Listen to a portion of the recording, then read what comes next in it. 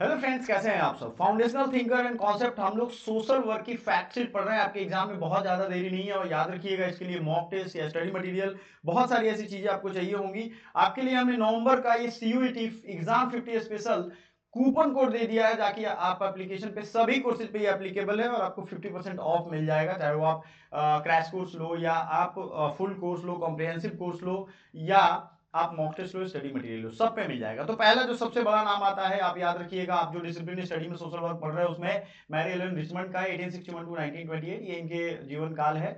और इसमें इन्होंने वो काम कर दिखाया, इन्होंने इनको कहा जाता है मदर ऑफ सोशल वर्क। हालांकि मदर ऑफ सोशल वर्क दो लोगों को टाइटल दिया गया है, इंग्लिश हिंदी दोनों में नोट्स हमारे ये रहने वाले हैं। बुक है सोशल डायग्नोसिस। इन्होंने जो किताब लिखी है, सबसे ज्यादा मोस्ट इंपोर्टेंट वीबीआई है, ये पूछा जाता है सोशल डायग्नोसिस बुक किसने लिखी है, what is social case work. इन्होंने ये भी किताब लिखी है, what is social case work and what is वो सॉरी सोशल डायग्नोसिस।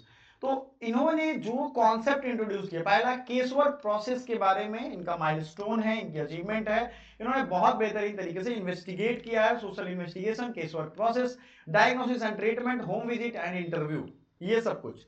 अब इन्होंने साइंटिफिक मेथड सोशल वर्क में इन्वेस्टिगेट किया, डेवलप किया, ये याद रखिएगा। और इनको चैरिटी ऑर्गेनाइजेशन सोसाइटी की एक तरीके से मूवमेंट की कंटिन्यूटी इनमें थी और ये पार्ट थी, ये याद रखिएगा। दूसरा जो नाम आता है जेनी एडम्स का, mother of social work profession. देखो दोनों में याद रखिएगा, दोनों में चीजें क्या है। Mother of social case work Mally Richmond, sorry Malin Mary Ellen Richmond. And Jane Addams में आता है mother of social work profession. Profession की बात होगी तो सोशल वर्क में जेनी एडम्स आएगा। ये एग्जाम में पूछा गया, यानी PYQ में पूछा गया है। तो देखो अब हम पिछली बार का एग्जाम आप देखोगे तो काफी टफ आया था। उसके बाद हम ये टारगेट लेकर के चलते हैं कि उससे अपर लेवल की तैयारी हमें करके रहनी है हमेशा। मैं आपको जो बोलूं उसको ध्यान से समझिएगा। तो ये हल हाउस मूवमेंट या हल हाउस के सेटलमेंट मूवमेंट से ये जुड़े हुए थे, ठीक है ना। जेनी एडम्स जुड़ी हुई थी। Worked for migrants, women and labour rights. तो कभी कभी स्टेटमेंट में पूछता है कि who is the Nobel peace prize winner who work for migrant labour and labour rights, women and labour rights. Hull House settlement की फाउंडर थी, कौन है, और नाम में 4-5 नाम दिया रहेगा। तो स्टेटमेंट वाइज क्वेश्चन के लिए आपको ये डिटेल पढ़ना पड़ेगा, याद रखिएगा। हिंदी वाले बच्चे होंगे उनको बता दें, सोशल वर्क प्रोफेशन की जर्नी, हॉल ऑफ सेटलमेंट की संस्थापक, प्रवासी महिलाओं और मजदूरों के अधिकारों के लिए कार्य, नोबेल शांति पुरस्कार 1921 में इन्हें मिला है। तो आपको क्या सीख मिली इस कहानी से? इस कहानी से ये सीख मिली कि फैक्ट अगर आपके पास होगा, कोई भी चीज आप पढ़ने जा रहे हो, फिजिक्स ही पढ़ने जा रहे हो, फिजिक्स के फैक्ट नहीं याद है, क्या करोगे पढ़ के? कुछ भी पढ़ते जाते हो उसके बेसिक फैक्ट आपको पता होने चाहिए। अब्राहम फ्लेक्सनर, अगर इनकी हम बात करें तो इन्होंने एक लेक्चर दिया था, एक इज सोशल वर्क का प्रोफेशन, इसके लिए फेमस है। ये आपसे पूछा जाएगा, who delivered a lecture is social work का प्रोफेशन। था अब्राहम फ्लेक्सनर, 1915 का इनका ये बेसिकली इनके टाइमलाइन को कनेक्ट करते हैं हम। Argue the social work lack scientific base and technique. इन्होंने कहा कि सोशल वर्क को एक साइंटिफिक बेस एंड टेक्निक की कमी है, ये याद रखिएगा, ठीक है। Trigger the professionalisation of social work. इन्होंने ट्रिगर किया कि भाई सोशल वर्क का प्रोफेशनलाइजेशन जरूरी है, ये इन्होंने ट्रिगर किया। ट्रिगर इन द सेंस कि भाई कोई भी चीज प्रोफेशनल कोर्स में आ जाएगा तो उसकी स्टडी होगी, प्रैक्टिस होगी, उसको एप्लीकेबल किया जाएगा, नॉलेज एप्लीकेबल होगा और पूरी दुनिया का भला होगा। तो इन्होंने ये ट्रिगर किया। ट्रिगर इन द सेंस लोगों के दिमाग में ये डाला कि भाई सोशल वर्क क्या प्रोफेशन है, अगर प्रोफेशन है तो इसके साइंटिफिक बेस एंड टेक्निक नहीं है। इवन कि इंडिया में तो बहुत लोग इसको जानते भी नहीं है। हालांकि इंडियन डेमोक्रेसी में जहां की मैक्सिमम पॉपुलेशन इलिटरेट है, इलिटरेट, अब हमारे देश में लिटरेसी का आप समझ रहे हो, जो साइन कर देता है वो लिटरेट हो गया, तो उस लिटरेसी की मैं बात नहीं कर रहा हूं। यहाँ इंडिया में ऐसे ऐसे लोग हैं जिन्होंने PG कर लिया है लेकिन उन्होंने कभी क्लास नहीं ज्वाइन किया, किसी भी लेक्चरर का या प्रोफेसर की क्लास उन्हें नसीब नहीं हुई। तो वैसे पढ़ाई का कोई वैल्यू नहीं है, याद रखिएगा, ठीक है। वैसी बात में जो लिटरेट है, वाकई में इंटेलेक्चुअल हैं या वाकई में वो पढ़े लिखे समाज से जुड़े हुए हैं, उनको ही पता होगा, बाकी लोगों को नहीं पता है। तो 90% लोगों को तो ये मालूम ही नहीं होगा, ठीक है। अगला जो नाम आता है सिगमंड फ्राइड। इनको साइको एनालिसिस का फादर कहा जाता है। क्या कहा जाता है सिगमंड फ्राइड को? साइको एनालिसिस का फादर ऑफ साइको एनालिसिस। इन्होंने इड, ईगो, सुपर ईगो का कॉन्सेप्ट दिया था। VVI है, ये रट लो, सीधे आपके एग्जाम में आएगा। इड बच्चों में होता है, ईगो उसके बाद के स्टेज है, सुपर ईगो लेटर एज में, जो लाइफ में सबसे सुपर ईगो स्टेज है, यानी आप वृद्ध हो जाओगे तभी आएगा। इन्होंने डिफेंस मैकेनिज्म में रिप्रेशन और डिनायल इसका कॉन्सेप्ट दिया था, ठीक है जी। क्या क्या कॉन्सेप्ट दिया था? Repression and denial. रिप्रेशन कब होता है, डिनायल कब होता है? कभी कभी आप जैसे घर में हो, कांच का गिलास टूट गया तो आप सीधे मना कर देते हो, डिफेंस मैकेनिज्म है कि नहीं, मैंने नहीं किया, वो बिल्ली ने गिरा दिया। ये डिफेंस मैकेनिज्म है। रिप्रेशन कई बार होता है, इसको हम जब पढ़ेंगे डिटेल में तो आपको समझाएंगे। अभी हम लोग चूंकि क्लासेस कर रहे हैं, साइकोलॉजिकल कॉन्सेप्ट ही पढ़ा रहा हूं मैं, तो उसमें ये सब चीजें आएंगी। साइकोसेक्सुअल स्टेजेस इन्होंने बताया था, सेक्सुअल यूज के बारे में बताया था, और क्लिनिकल सोशल वर्क में बहुत यूज है इसका। ठीक है, सिगमंड फ्राइड की ये बात हो रही है। अब इरिक एरिक्सन का यहाँ नाम आता है, जो psycho social development theory. Erikson के 8 स्टेज है, याद करो जब हमने क्लास आपको पढ़ाया था ह्यूमन डेवलपमेंट के बारे में, तो उसमें 8 स्टेज का फोटो दिखाया है, बचपन से लेकर के जन्म हुआ तब से लेकर के और आगे तक। तो इसमें 8 स्टेजेज होते हैं। इसमें identity formation, life span development, identity formation, ये सब यहाँ पे है। और इन सबको याद रखिएगा, आइडेंटिटी फॉर्मेशन का कॉन्सेप्ट एरिक्सन का है। आइडेंटिटी जो आप अपने आप में फॉर्मेट कर लेते हो, ये यहीं से आता है। हिंदी इंग्लिश दोनों में आपको नोट्स मिलेंगे। अब आते हैं बीएफ स्किनर। हिंदी वाले बच्चे देख लो, मनोसामाजिक विकास का सिद्धांत, पहचान निर्माण, जीवन पर्यंत विकास सिद्धांत। बीएफ स्किनर की अगर हम बात करें, behaviourism, operant conditioning, reward punishment, behaviour modification programmes. और इन्होंने बीएफ स्किनर की अगर हम बात करें तो de addiction, child behaviour management, इन सब में इनका बड़ा अच्छा रोल है। ठीक है ना, ऑपरेंट कंडीशनिंग, रिवार्ड और पनिशमेंट का इनका कनेक्शन है। बिहेवियर मॉडिफिकेशन प्रोग्राम की अगर हम बात करें तो ये कैसा होता है भाई, डी एडिक्शन। मान लो आपका कुछ को एडिक्शन है आपके दिमाग में, उसको डी एडिक्ट करना चाहते हो तो क्या करोगे, चाइल्ड बिहेवियर में मैनेजमेंट करना होगा तो क्या करोगे, ये सब चीजें आप करोगे।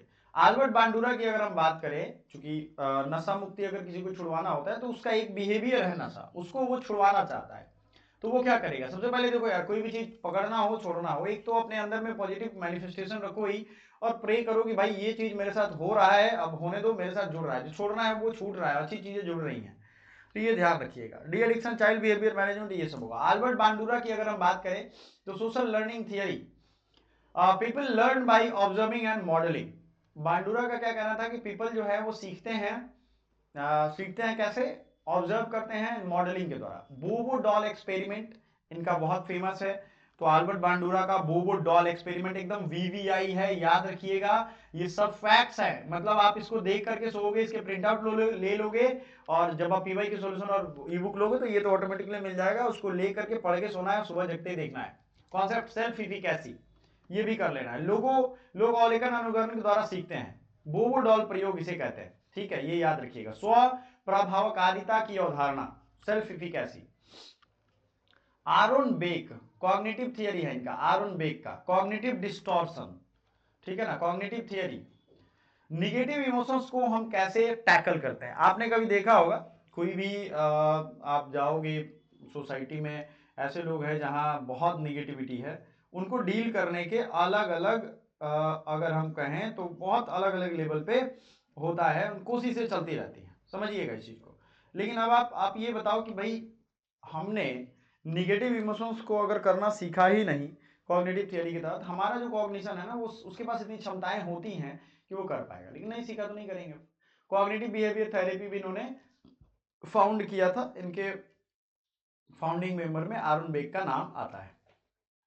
चीजें आपको बहुत छोटी दिखेंगी, लेक्चर छोटा दिखेगा, लेकिन उससे बहस नहीं है। आपको जो चीजें मैं बता रहा हूं, थिंकर्स और उनके कॉन्सेप्ट पे पहले भी क्वेश्चन आ चुके हैं, ये आप करके जाओगे। अगर नहीं कर रहे हो तो आपसे बड़ा बेवकूफ कोई नहीं है, ये याद रखिएगा। ठीक है, तो founders of cognitive behaviour therapy, ये याद रखिएगा। George Herbert Mead, symbolic interactionism.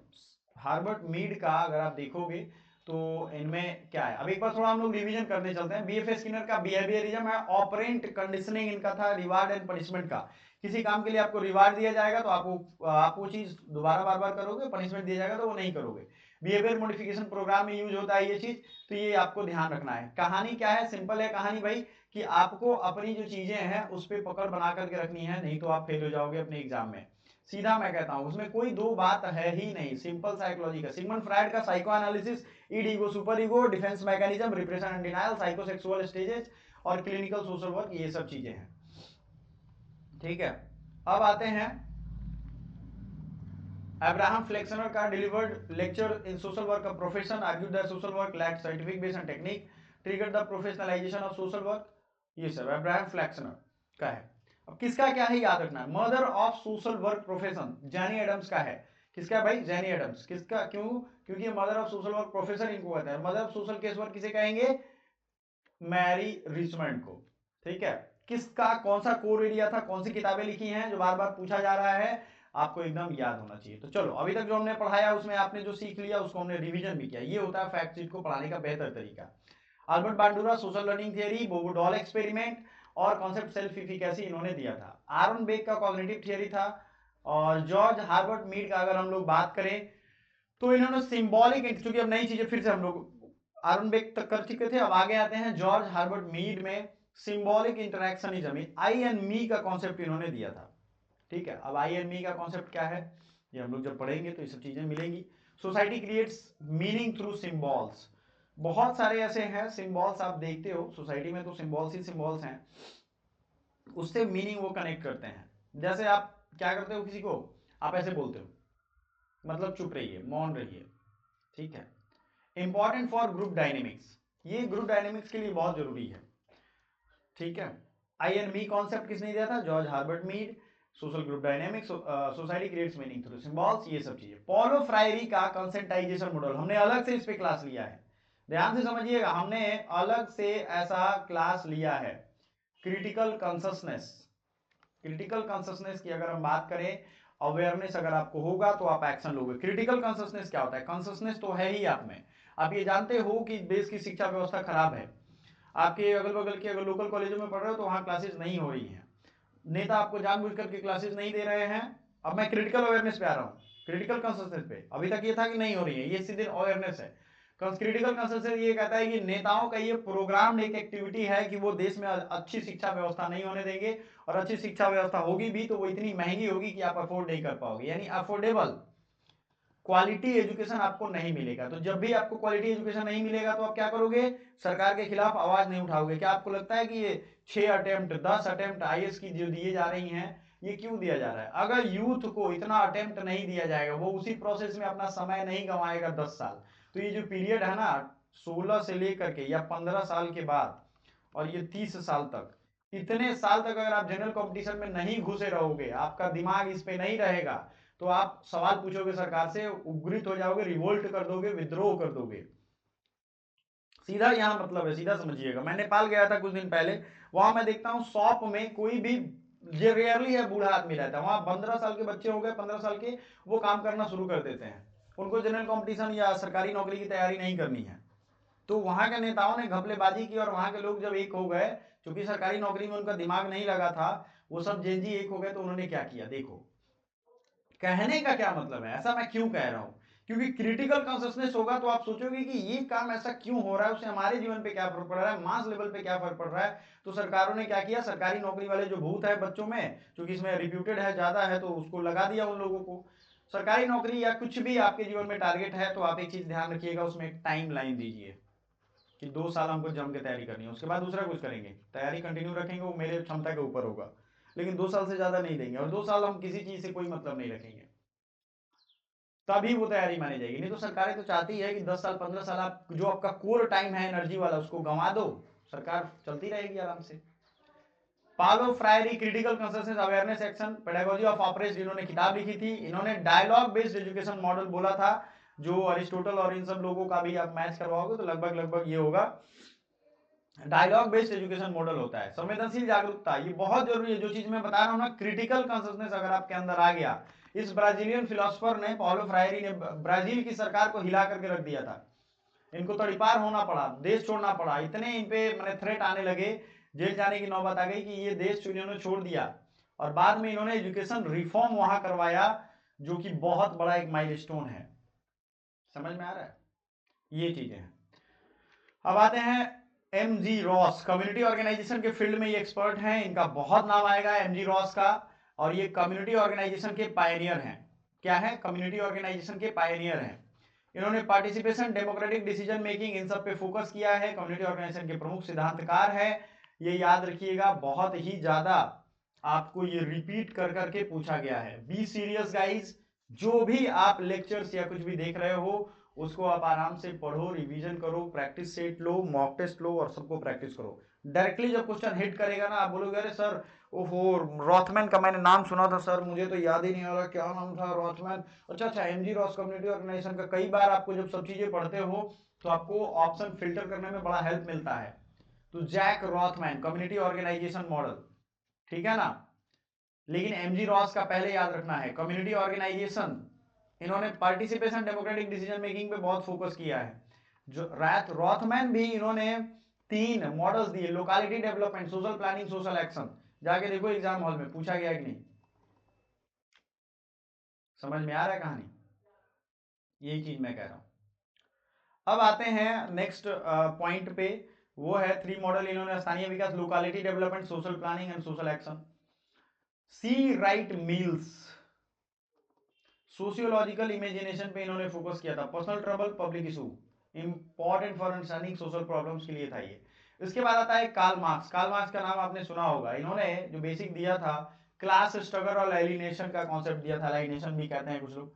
Class struggle का क्या मतलब है आप समझो सीधा, आप भी अभी भी आपको बहुत, भारत में ही अगर आप हो तो आपको दिख रहा होगा जाति, ये नेता, फिर से मैं नेताओं पे ही आऊंगा क्योंकि इन सब, आप पहले आप कहोगे कि पहले पंडित थे उन्होंने जाति व्यवस्था किया, ये किया वो किया, लेकिन इन नेताओं ने ये भांप लिया कि भाई इसमें हमें वोट तो बहुत मिल रहा है, इसलिए ये आरक्षण खत्म नहीं करेंगे, कभी कभी नहीं होगा, क्योंकि उनको मालूम है जिससे आरक्षण लेना है उसको हम आरक्षण, सॉरी जिससे वोट लेना है वो लोग को अगर हम आरक्षण दें इस नाम पे कि आप पिछड़े हो। भारत एक लौता एक ऐसा देश है, कोई बुरा नहीं मानेगा, जिसमें हम ये हमेशा दावा करते हैं कि हम अभी बहुत पिछड़े हैं भाई, हमको आरक्षण दो, एक लौता ऐसा देश है। इसका रीजन है इन नेता, देखो आप भी ये जानते हो सत्य कि आरक्षण 10 साल के लिए आया था, इसको इंडेफिनिट टाइम के लिए किसने बढ़ाया? अगर ये 10 साल के लिए आया था तो जरूरत थी सारे लोगों को अच्छी एजुकेशन देने की, एकदम मिलिट्री रूल टाइप कि आप पढ़ना है, नहीं पढ़ोगे तो आपको फाइन देना पड़ेगा। तो इन नेताओं ने पढ़ाई नहीं दी, तो क्या हुआ, आज जो पिछले 70 सालों में लोग थे वो आज भी पिछड़े हैं, और जो निकल गए उन्हीं के ग्रुप में वो आज भी निकल गए हैं, उन्होंने कुछ त्याग किया निकल गए। तो जो पिछड़े हैं उनके नाम पे इनको अब ये वोट का बेस बना लिया इन्होंने कि आपको आरक्षण देंगे, आप मुझे वोट दो। इस तरह से तो ये कभी खत्म नहीं होगा, क्योंकि कोई ना कोई कभी ना कभी पिछड़ा रहेगा। तो कहने का यहां मतलब ये है कि वो संसाधन आपको नहीं देंगे, वो आपको वो विकलांग बना के रखेंगे, इन सब चीजों में इंगेज करके रखेंगे ताकि रियल जो प्रॉब्लम है उस पर ध्यान ही ना जाए। तो मैं इसलिए कह रहा था कि यहां सिर्फ 2 ही क्लास है, रिच एंड पुअर। एक होगा इंडस्ट्रियलिस्ट जो इंडस्ट्रियलिस्ट लगाएगा, दूसरा होगा लेबर, यही है 2। प्रोलिटारिएट ये भी कहता है कि एक प्रोलिटारिएट है और एक लेबर क्लास है, सॉरी मतलब 2 ग्रुप में डिवाइजन है। अब एक जो है शोषण करता है, दूसरा शोषण, दूसरे का शोषण होता है। तो ये कहानी क्लास स्ट्रगल की है कि इन दोनों क्लास में स्ट्रगल तब तक होगा, तब तक होगा, हिंसा होगा, जब तक ये बंटवारा बराबर बराबर ना हो जाए। क्लास स्ट्रगल मोटा मोटी यही है तो बहुत डिटेल में, बहुत बड़ी बड़ी किताबें इन्होंने, कम्युनिस्ट मैनिफेस्टो लिखा है, basis for radical social work, बदलाव एकदम जिनको करना ही है, नहीं नहीं भाई हमको तो चाहिए, हमको तो अपना अधिकार चाहिए, उनके लिए ये है। अगला है दुर्खिज्म का, याद रखिएगा दुर्खिज्म का, social facts, anomic solidarity, basically ये वाला कॉन्सेप्ट पूछा जाता है, और फाउंडेशन ऑफ फंक्शनलिज्म में भी इनको योगदान दिया जाता है। अराजकता के एक तरीके से अराजकता पे इन्होंने अपना, मैक्स वेबर, ब्यूरोक्रेसी की अगर आप कॉन्सेप्ट पढ़ रहे हो, ब्यूरोक्रेसी कहीं भी आए तो इन्होंने बहुत अच्छा ब्यूरोक्रेसी को डिफाइन किया है, मॉडल दिया है, यही मॉडल पूरे वर्ल्ड में यूज भी हो रहा है, लेकिन इसमें करप्शन बहुत ज्यादा है। ब्यूरोक्रेसी की एक सबसे बड़ी, जैसे डेमोक्रेसी है ना, डेमोक्रेसी को मूर्खों का शासन है, यहाँ लोग इलिटरेट हो तो उनके नेता भी इलिटरेट होंगे, तो मूर्ख होगा तो मूर्ख ही को चुन लेगा। समझ में आ रहा है आपको? अभी आप बिहार इलेक्शन में क्या हुआ, क्योंकि यहाँ की जनता इलिटरेट है तो उनको कुछ भी आप अच्छे से समझाओगे उनको समझ में ही नहीं आएगा।